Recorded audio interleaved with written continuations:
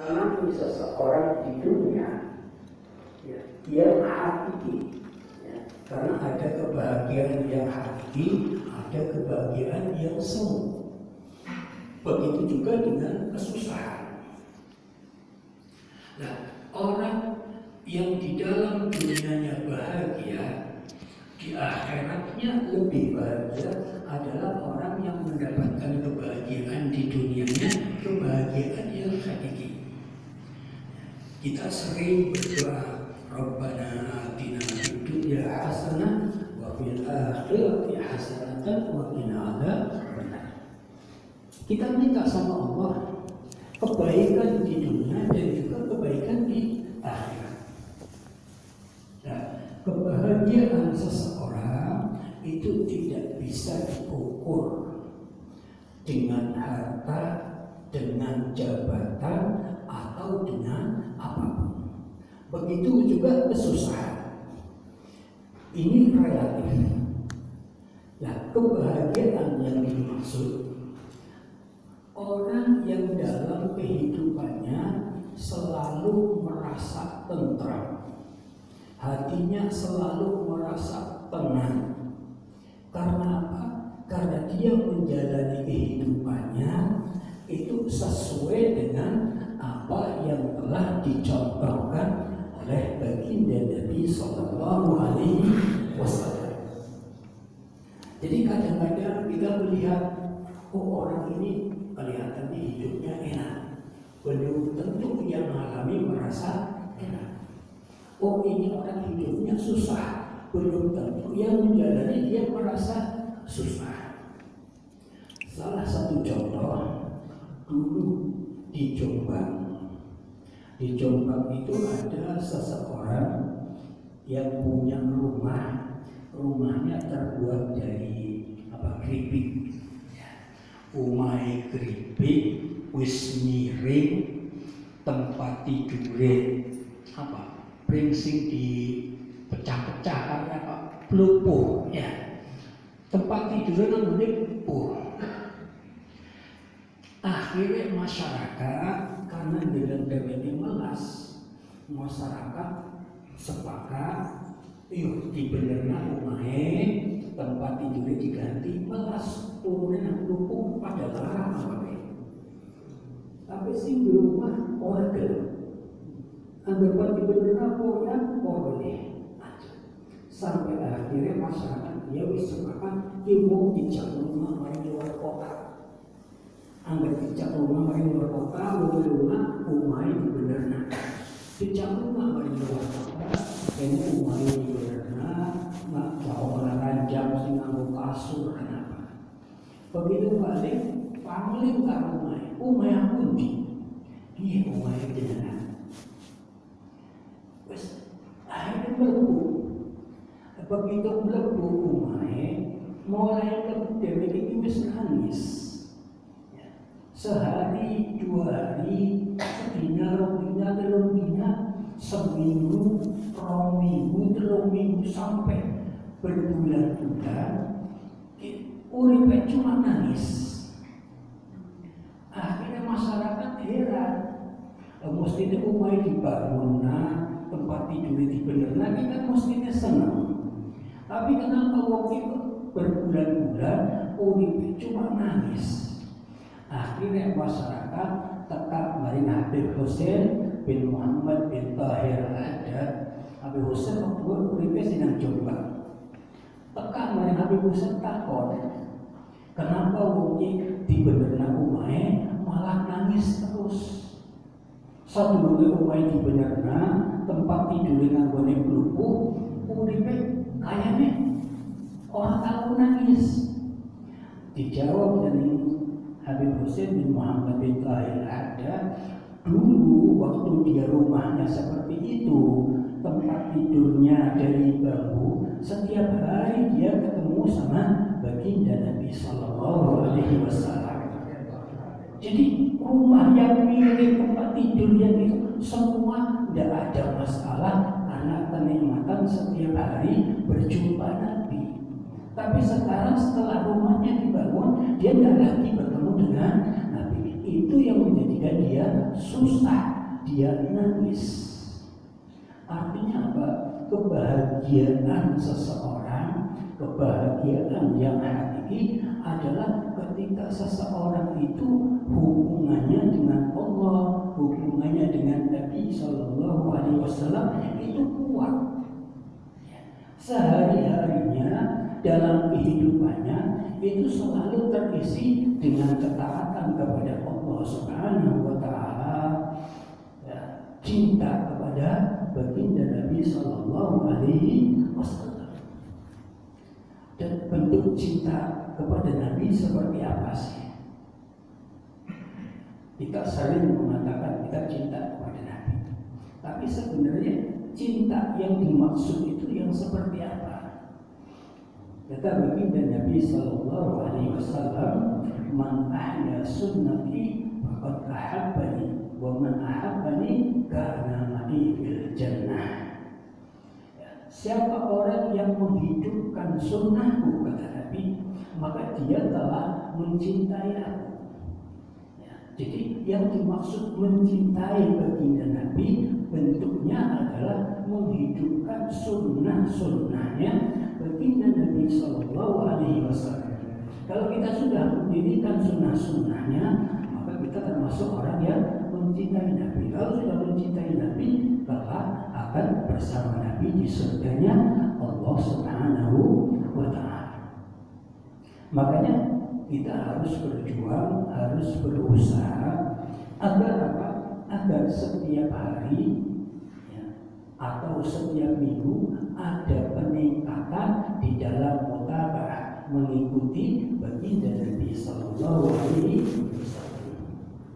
Hal-hal yang remeh kadang-kadang kita menganggap remeh, tapi punya dampak yang sangat luar biasa. Seperti sunnahnya Nabi, kalau mau masuk kamar mandi pakai kaki kiri, nanti keluar pakai kaki kanan. Orang yang sudah istiqomah dengan ini, artinya dia telah menghidupkan sunnahnya Nabi, satu sunnah. Nanti ada sunnah-sunnah yang lain, pakai siwak dan sebagainya, banyak sunnahnya Nabi. Jadi kita dituntut untuk apa? Untuk mengerjakan sunnah Nabi sebanyak mungkin. Dan orang salah satu umat Nabi yang dikatakan mengerjakan sunnahnya Nabi sampai hampir 100% disebutkan adalah Habib Abdullah bin Ali Al-Haddad Sahibul Ratib. Beliau mengerjakan sunnah Nabi hampir 100%, bahkan ada yang mengatakan sudah 100%. Lah, perkara masuk kamar mandi pakai kaki kiri, keluar pakai kaki kanan, kan menurut kita kalau kita kerjakan ya sudah seperti itu. Tapi apa yang dialami oleh Syekh Ibrahim bin Adham, Syekh Ibrahim bin Adham ini pernah satu saat 3 hari 3 malam hatinya ini sumpek. Sumpeknya kenapa? Dia tidak tahu. Tapi hatinya gelisah, hatinya sumpek. Setelah dia 3 hari dia munajat sama Allah, ya Allah tunjukkan kenapa hati saya ini sumpek.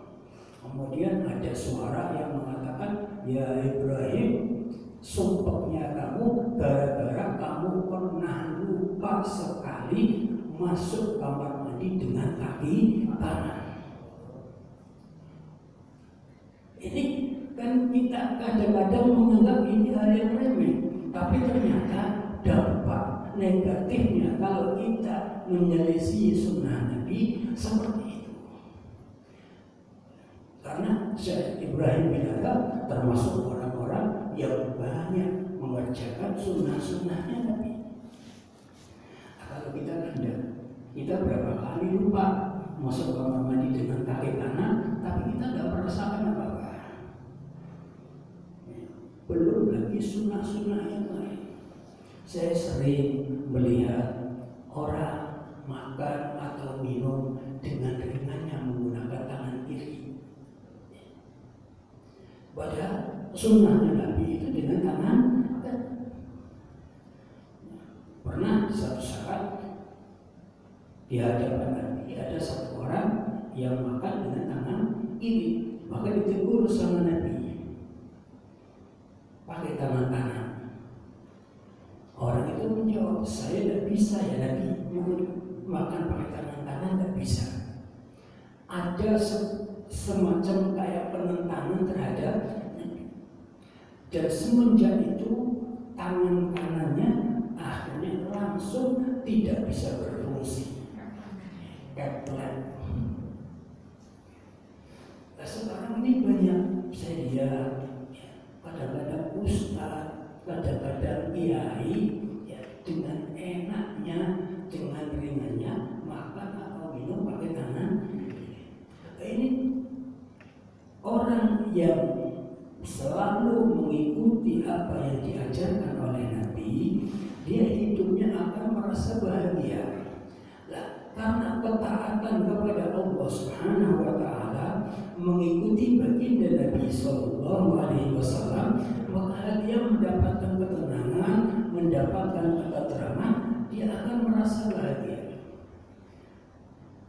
Di dunianya dia bahagia, kelak di akhirat dia akan lebih bahagia lagi karena bersama Nabi di surganya Allah Subhanahu wa Ta'ala. Kemudian kelompok yang kedua, di dunianya dia susah, tapi di akhiratnya bahagia. Susah yang dimaksud bukan susah karena ekonominya kurang, bukan karena apa, tapi susahnya dia tidak bisa merasakan lezatnya beribadah. Dia ingin merasakan lezatnya beribadah, tapi dia tidak bisa. Nah, tidak bisa merasakan lezatnya beribadah ini karena banyak faktor. Kadang-kadang kalau sedulur orang akur, kalau tangga orang akur, kira-kira agar wong orang akur ketemu artinya gimana? Artinya orang enak, wong orang akur. Nah, kesusahan yang semacam ini kalau dia menyadari, kemudian dia cepat-cepat bertobat kepada Allah Subhanahu wa Ta'ala, kemudian dia rubah gaya hidupnya, dia berusaha untuk mengganti kesusahannya ini menjadi kebahagiaan, dia akan mendapatkan kebahagiaan. Kalau dia tidak berhasil merubah kesusahan itu menjadi kebahagiaan, artinya tidak bisa merasakan lezatnya sujud, tidak bisa merasakan nikmatnya waktu rukuk sama Allah, waktu menghadap Allah Subhanahu wa Ta'ala. Ini kesusahan semacam ini akan dihapuskan oleh Allah Subhanahu wa Ta'ala dan diberi pahala yang besar selagi dia taat dengan Allah dan Rasulnya. Maka di dunianya dia susah, tapi nanti di akhiratnya dia akan mendapatkan pahala yang banyak, dia akan mendapatkan kebahagiaan di akhirat. Kemudian kelompok yang ketiga, di dunianya dia bahagia, tapi di akhiratnya susah. Nah, ini kebahagiaan ini adalah bagian kebahagiaan yang semu, kebahagiaan yang menipu. Mungkin dia bahagia dengan hartanya yang banyak, dengan jabatannya yang tinggi, dia tidak pernah merasa susah dengan apa saja yang dia miliki. Dia tidak pernah merasa susah karena dia dalam istijratnya Allah Subhanahu wa Ta'ala, lagi diluluh dari Allah Subhanahu wa Ta'ala. Dia mendapatkan kebahagiaan, dia merasa bahagia hidup di dunia sampai dia lupa bahwa hidup di dunia ini ada batasnya, yaitu kematian. Jadi dia lupa tidak lagi mempersiapkan untuk menuju akhirat. Jadi kebahagiaan yang dia rasakan itu semuanya digunakan untuk menjalani kehidupan di dunia. Di akhirat dia tidak punya bekal. Dia bahagia di dunia, tapi di akhiratnya susah. Kemudian kelompok yang terakhir, susah di dunia, lebih-lebih nanti di akhirat. Wis nang dunia ini susah, ekonomi ini susah, orang gelem sembahyang, orang gelem ibadah. Nang dunia ini susah, luwih-luwih nang. Jadi 4 kelompok ini otomatis kita menginginkan kelompok yang pertama. Di dunia kita mendapatkan kebahagiaan, di akhirat lebih. Sebab dalam kita menjalani kehidupan ini, ya, untuk mendapatkan kebahagiaan ini sangat sulit. Orang untuk mendapatkan kebahagiaan yang hakiki di dunia ini sangat sulit. Tapi kalau kesusahan tidak usah dicari, akan datang sendiri. Hartanya banyak, tapi anaknya tidak ada yang taat. Kira-kira bahagia atau tidak? Tidak. Ada satu orang, dia kira-kira 10 tahun atau 15 tahun yang lalu itu dia kerja, bayarannya per bulan lebih dari 500 juta per bulan. Rumahnya kayak istana, halaman depannya seperti lapangan sepak bola, mobil berjejer. Secara fisik dia harusnya bahagia, tapi ternyata apa? Dia dalam keadaan susah yang luar biasa. Kenapa? Ternyata istrinya ya, pergi 2 minggu, pulang sehari, 2 hari di rumah, pergi lagi 2 minggu, 3 minggu, terus. Kemana pergi istrinya? Ditanya orang itu, kemana perginya istrinya Bapak? Saya tidak tahu perginya kemana, sama siapa. Saya itu yang membuatkan sarapan, yang membuatkan kopi itu membantu. Nanti kalau saya pulang kerja, yang nyambut pembantu. Ditanya, Bapak punya anak? Tidak punya anak 2. Sudah besar? Sudah. Kemana anak Bapak? Yaitu yang bikin saya tambah susah. Kenapa? Anak saya yang pertama sudah ada di penjara karena narkoba. Terus yang kedua dalam persembunyian karena sedang dikejar-kejar polisi, ya urusan narkoba. Sudah istrinya tidak pernah di rumah, anaknya seperti itu. Jadi dia hidup dengan harta yang bergelimang, tapi hatinya sepi. Ya, hatinya sepi dari kebahagiaan. Di rumah dia sendiri. Akhirnya ditanya, kenapa kok sampai seperti ini Pak? Ditanya, apakah Bapak meninggalkan sholat 5 waktu? Dia jawab, kalau itu iya. Itu saya sudah lama, memang saya tidak mengerjakan sholat. Ya sudah ketemu jawabannya. Kalau Bapak sudah meninggalkan sholat, otomatis istri Bapak juga akan meninggalkan sholat. Kalau istri Bapak juga sudah meninggalkan sholat, Bapak meninggalkan sholat, sudah dipastikan anaknya tidak akan mengerjakan sholat. Ini pokok utamanya di sini. Artinya apa? Kebahagiaan dan kesusahan tidak bisa diukur dengan harta maupun jabatan. Kalau dia tadi orang ini dengan harta yang begitu banyak, hidupnya dia susah, padahal hartanya banyak, hidupnya susah dan meninggalkan sholat, dan terus kalau dia tidak tobat sampai dia meninggal, sudah di dunianya susah, di akhiratnya lebih susah. Artinya susah di dunia ini bukan berarti ekonominya kurang top, tapi banyak faktor yang menjadikan kesusahan itu. Intinya, kalau kita ingin mendapatkan kebahagiaan yang hakiki adalah dengan mengikuti apa yang telah dicontohkan oleh baginda Nabi Sallallahu Alaihi Wasallam. Dengan kita mengikuti baginda Nabi, kita berusaha. Orang yang cinta kepada Nabi, orang yang cinta kepada sesuatu, dia akan berusaha ingin tahu, mencari berita tentang siapa yang dicintai. Begitu juga orang yang mencintai Nabi, di samping dia mengerjakan sunnah-sunnahnya Nabi, dia juga haus tentang apa-apa yang terjadi pada Nabi. Kalau diceritakan tentang sejarah Nabi, dia akan bahagia. Diceritakan sejarahnya Nabi, dia akan bahagia.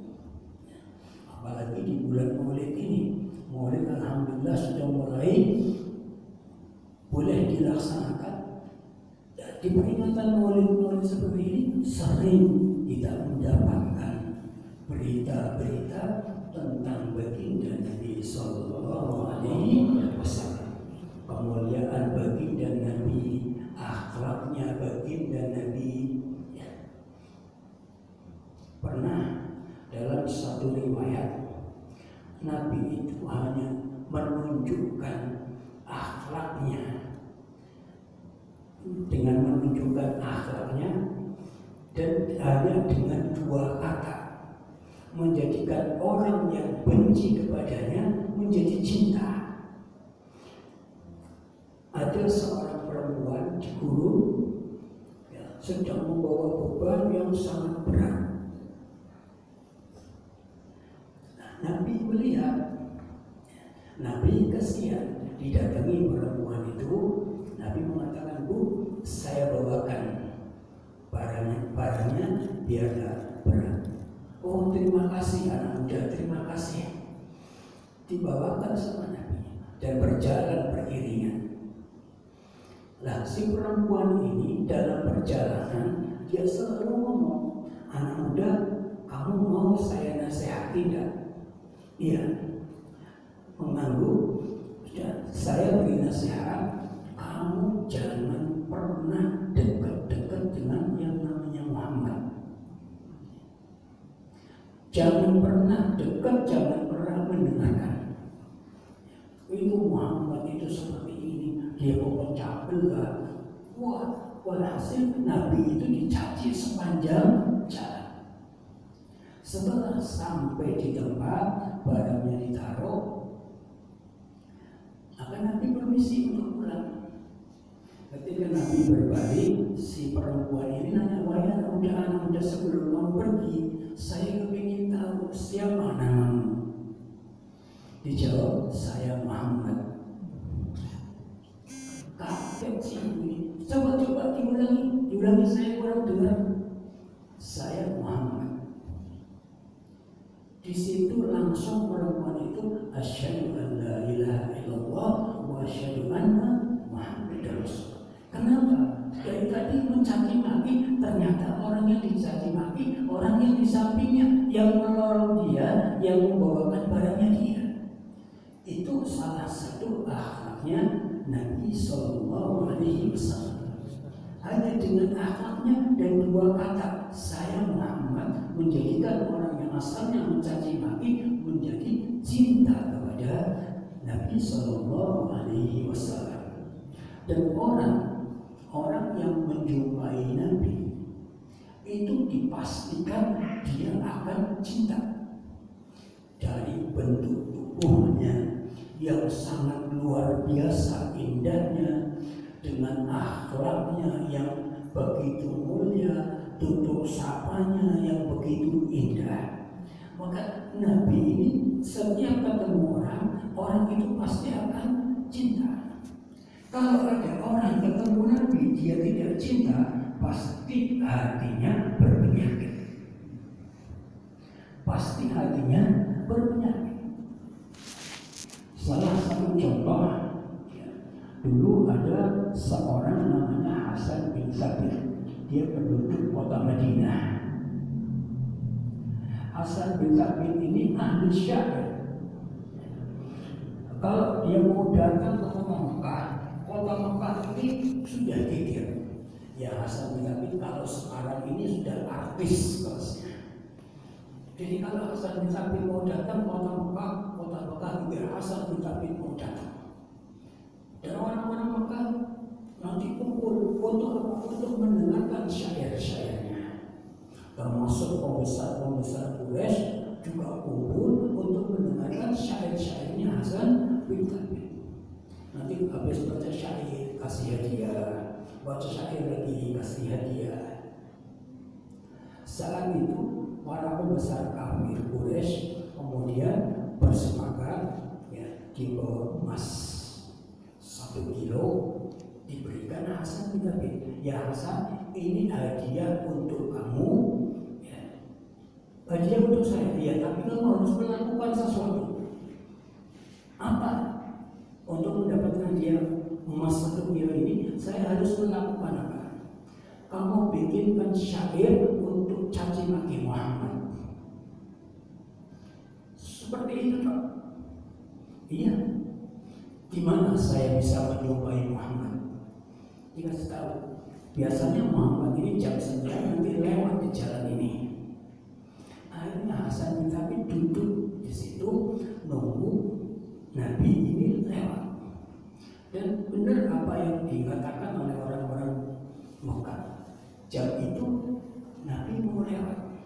Maka yang namanya Hasan bin Thabit kasih tahu itu Muhammad mau lewat sini. Begitu Hasan bin Thabit menoleh ke arah Nabi Sallallahu Alaihi Wasallam, kemudian Hasan bin Thabit langsung menutupi matanya.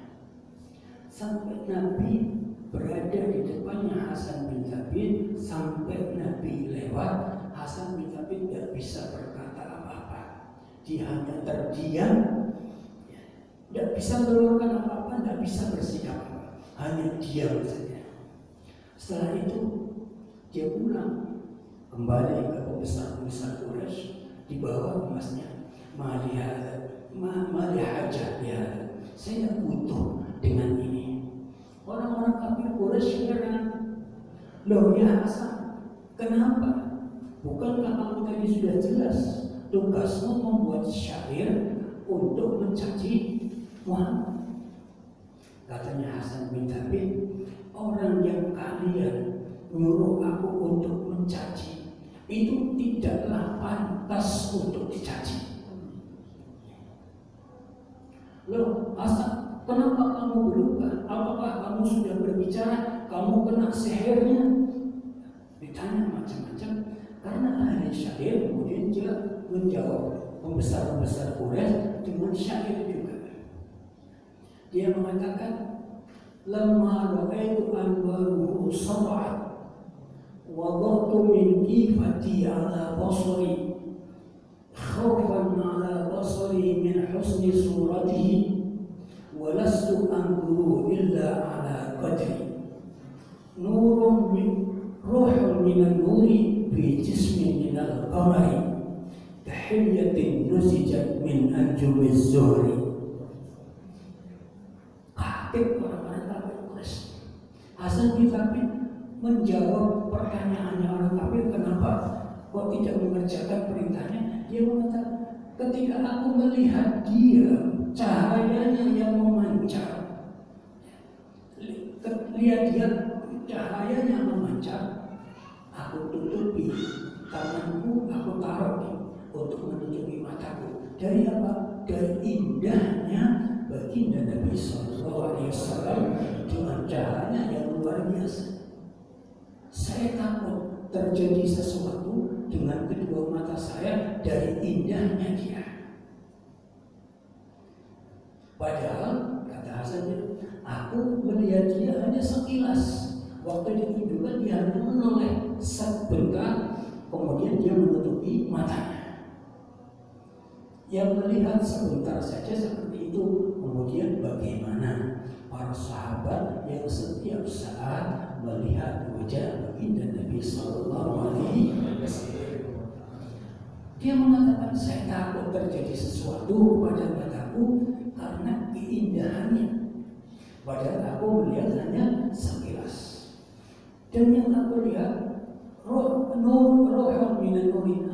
yang terbuat dari cahaya, dibungkus oleh jasad yang bercahaya. Bahiliyatin nusidat min anjumi suri, seperti untaian permata yang terbuat dari bintang-bintang. Ahli syair yang memutarkan syair itu dengan penuh rasa kagum kepada baginda Nabi Sallallahu Alaihi Wasallam. Dan setelah itu dia mencari baginda Nabi dan dia bersyahadat dan menjadi sahabatnya Nabi Sallallahu Alaihi Wasallam yang banyak mengeluarkan syair pujian terhadap baginda Nabi Sallallahu Alaihi Wasallam. Dan begitulah keadaan orang-orang yang mencintai Nabi, orang yang cintanya terhadap Nabi benar-benar serius cinta kepada Nabi, maka dia akan mendapatkan kenikmatan.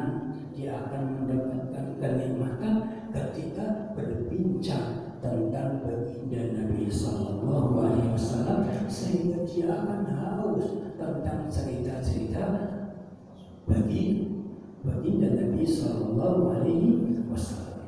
Jadi kalau kita ingin mengukur seberapa besar cinta kita kepada Nabi, seberapa besar haus kita untuk mendengarkan cerita-cerita tentang baginda Nabi Sallallahu Alaihi Wasallam.